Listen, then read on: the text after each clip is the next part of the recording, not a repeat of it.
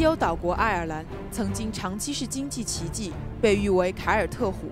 2007年房地产泡沫破灭，老虎变成了病猫，和欧洲南方4国一样债台高筑，不得不在2010年11月接受欧盟的救助。但经过3年的奋力改革，2013年12月15日，它正式成为欧元区第一个干净退出救助计划的国家。在危机中，民众对于政府官员的领导能力往往有着更大的期待。爱尔兰统一党引领的新政府对外积极地配合欧盟的政策，对内说服民众支持改革，甚至在关键时期采取雷霆手段，终于引导爱尔兰的社会走过了这场危机。今天，第一财经电视专访爱尔兰财政部长迈克尔·努南，听他分享爱尔兰今天成功走出危机的政治经验和教训。Mr. Michael Noonan, thank you for joining us today. Ireland is the first country, Eurozone country, to step out of the bailout program. What are the economic indications that make you confident about the country's future? Well, firstly, we had reached the 3rd anniversary of the program of adjustment. We have built up cash buffers in our treasury over the last number of years. Markets weren't upset in any way. They continued to mark our 10-year bonds downward in the secondary markets, and the credit rating agencies reacted quite positively to our announcement. When the previous government had reached a bailout agreement with Troika, what were the reforms Ireland had committed to make? And when you came into the Ministry of Finance, what kind of adjustments you have made to the agreement, and why is that? Well, they were very detailed, and at the end of 3 years we have made 270 different changes on the advice of the Troika. The principal ones were to get our fiscal deficit down, and we have to get it below 3% by 2015. We have to restructure our banks completely. Well, we renegotiated quite an amount of the programme. We got the interest rates on the lending we got from Europe and the IMF. We got the interest rates reduced. We got the maturities of the loans extended very significantly. 但是爱尔兰人对于接受欧盟救助的看法却很矛盾。根据《爱尔兰时报》2010年12月的民调，51%的爱尔兰人明确支持欧洲的救助计划，但也有56%的爱尔兰人认为主权被放弃。The Irish people has passed the European Fiscal Pact last year. As Minister of the country, to what extent do you think a country's fiscal sovereignty can be handed over to EU level? Well, we don't hand over sovereignty. The European Union works on the basis of the Union making decisions in certain circumstances and the sovereign state making decisions in other circumstances.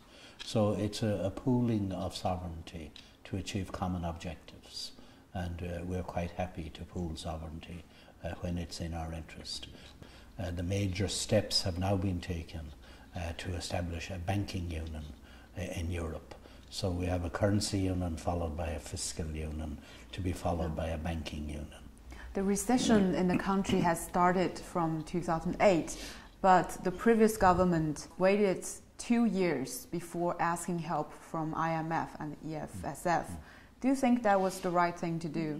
Well, they certainly made a mistake in not taking action for 2 years.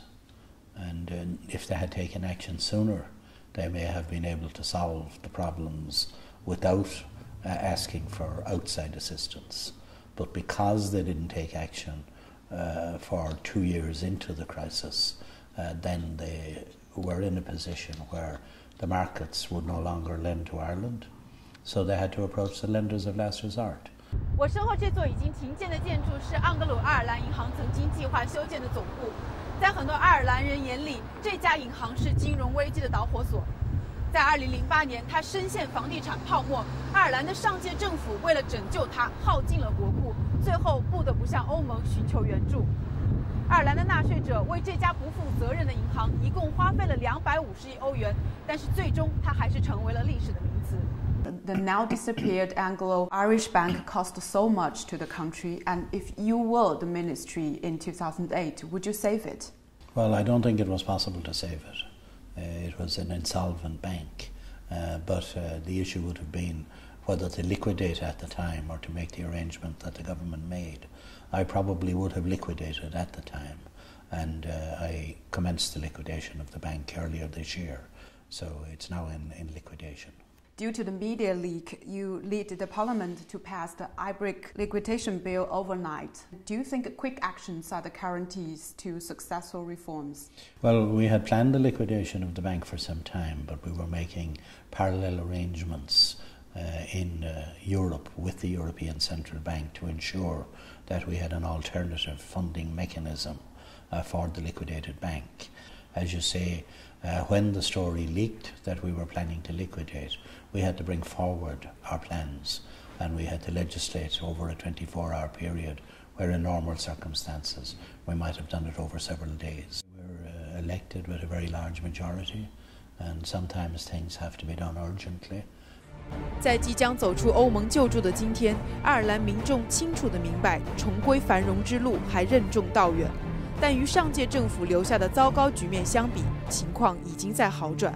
We're in a terrible pickle. They've worked very hard, but you know we're in a mess. We still have a long way to go. They went back on a lot of promises made at the elections.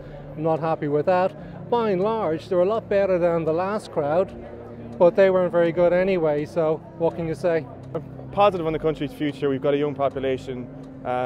You know, we've got quite a big debt to pay off, but the economy's starting to recover, so I'd be quite positive compared to last year. Irish people are bearing the pains of the reforms, and how do you persuade them that reforms are necessary in this country? People know that the reforms are necessary.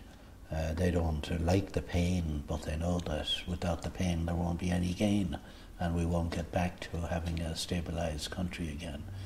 So far we have continue to enjoy the support of the people. What Ireland has done to prevent this happen again? Because we've changed the basis of the tax system. The property sector of the economy is much smaller now than it was. We have taken out a lot of the tax incentives that drove the property bubble to the very inflated levels that were unsustainable. So we had to repair the banks as well. So as well as taking the fiscal deficit down, a lot of bank debt got transferred onto the state balance sheet. So we had to work on both fronts, but we're well on the way now to having both problems resolved. 爱尔兰走出危机之路，除了执政的爱尔兰统一党的政治治理能力之外，更重要的是该党一直是亲欧盟的政党。当年凯尔特虎的奇迹本身就是欧洲一体化的副产品。爱尔兰的复苏也将给推动一体化的布鲁塞尔官员带来更多的信心。